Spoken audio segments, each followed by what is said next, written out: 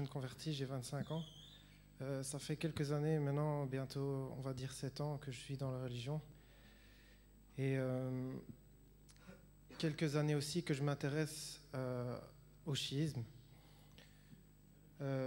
Si aujourd'hui je suis présent et je prends la parole en toute humilité, c'est parce que je pense avoir compris quel est le combat qui se cache derrière tout ça, malgré l'opposition que peuvent montrer tout un tas de personnes et l'acharnement que peut montrer tout un tas de personnes.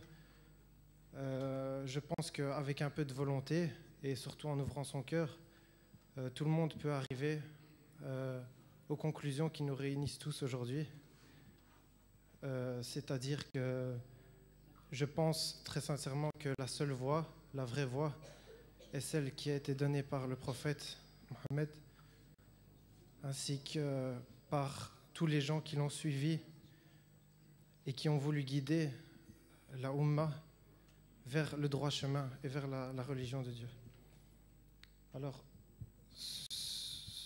il y a un verset qui m'a beaucoup interpellé quand j'ai lu le Coran.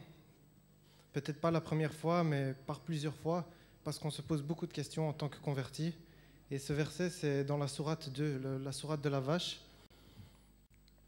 Et c'est le verset numéro 30, pour ceux qui pourront le lire en arabe. Moi, je ne vous lis que l'interprétation francophone.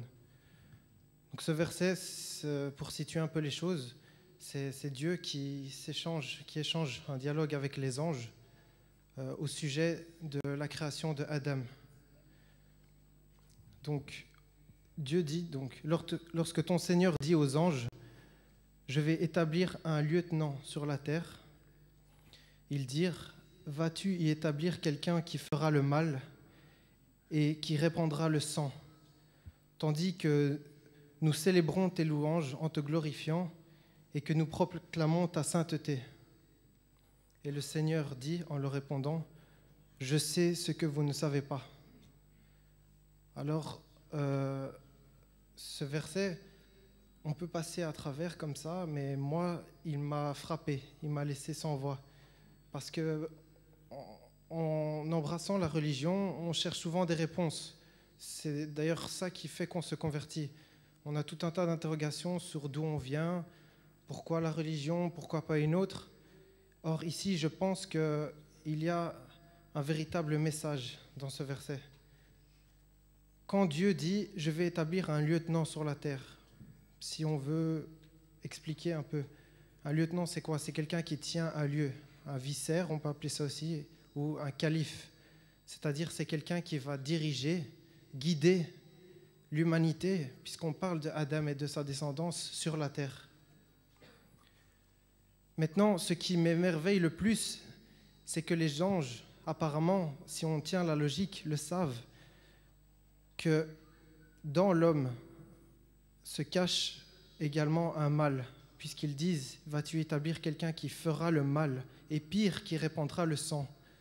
Mais dans mon humble interprétation, je ne pense pas que les anges ici parlent de tous les hommes, puisque en parlant de lieutenant, on parle surtout de la personne qui va diriger, qui va commander sur la planète Terre.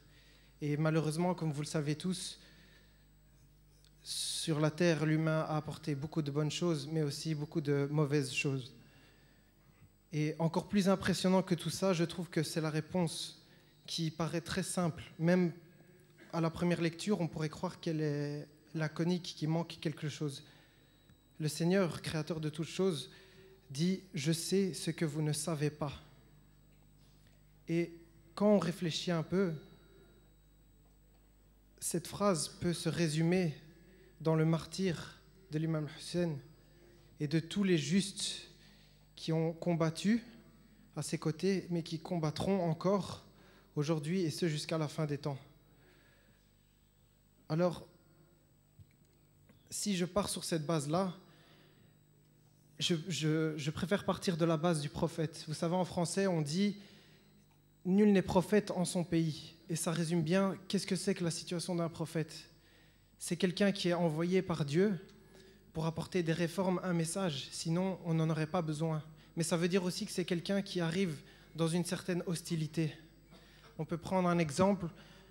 Je vous envoie pour déraciner un arbre avec des racines d'une profondeur où même le plus fort des hommes ne pourra l'enlever. Parce que c'est un peu ça, en discutant avec certaines personnes, notamment du chiisme, vous vous retrouvez face à quelqu'un qui a ses convictions, qui sont ancrées, et on en parle dans le Coran depuis des générations.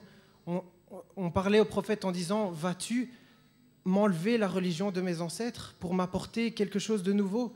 Donc déjà, à la base, être un prophète et déjà se retrouver face à des hostilités. Et ensuite, une fois que le prophète a combattu toute sa vie et est mort en essayant encore de transmettre le message, il faut quelqu'un qui, derrière lui, s'assure que les paroles n'ont pas été vaines. Et c'est ce qu'on trouve dans les compagnons du prophète, mais aussi et surtout sa famille qui l'a vu jour après jour, qui a appris de ce noble homme. Et au moment où Hussein s'est retrouvé dans un désert, il faut bien réfléchir à quelque chose. Y a-t-il pire endroit sur la terre qu'un désert? Y a-t-il pire moment que se retrouver entouré d'une armée qui n'a qu'un seul but, c'est vous tuer? Mais pas seulement vous tuer vous, elle veut aussi tuer votre famille, proche, femme, enfant. Elle veut tuer aussi toutes les personnes qui vous soutiennent. Et au-delà de tout ça, elle veut tuer cette armée, vos idées. Ce pourquoi vous êtes prêts à mourir, elle veut le tuer. Mais dans les idées de l'imam Hussein et du prophète et de tous les prophètes, il y a quoi? Il y a la voie vers la salvation, donc le fait de sauver l'humanité. Car dans le message du prophète se trouve la vérité. Et bien, sachez que sur terre, il y a des gens qui sont prêts à tuer pour que ce message-là ne soit pas divulgué. Or, je pense qu'il n'y a pas plus noble comme comportement que quelqu'un qui est prêt à tout, mais pas à tout pour lui. Et je pense qu'à l'heure d'aujourd'hui, c'est un gros manque que nous avons. Nous manquons de gens comme le prophète et comme des gens comme sa famille. C'est pour ça qu'on doit chaque jour, et ici, s'en rappeler. Car qui, à l'heure d'aujourd'hui, est prêt à mourir pour défendre des idées? Qui est prêt à enlever sa personne? Parce que dans la vie de tous les jours, on ne pense qu'à soi, on ne pense qu'à sa famille, on pense qu'à ses problèmes. Mais est-ce qu'on pense au malheur de quelqu'un?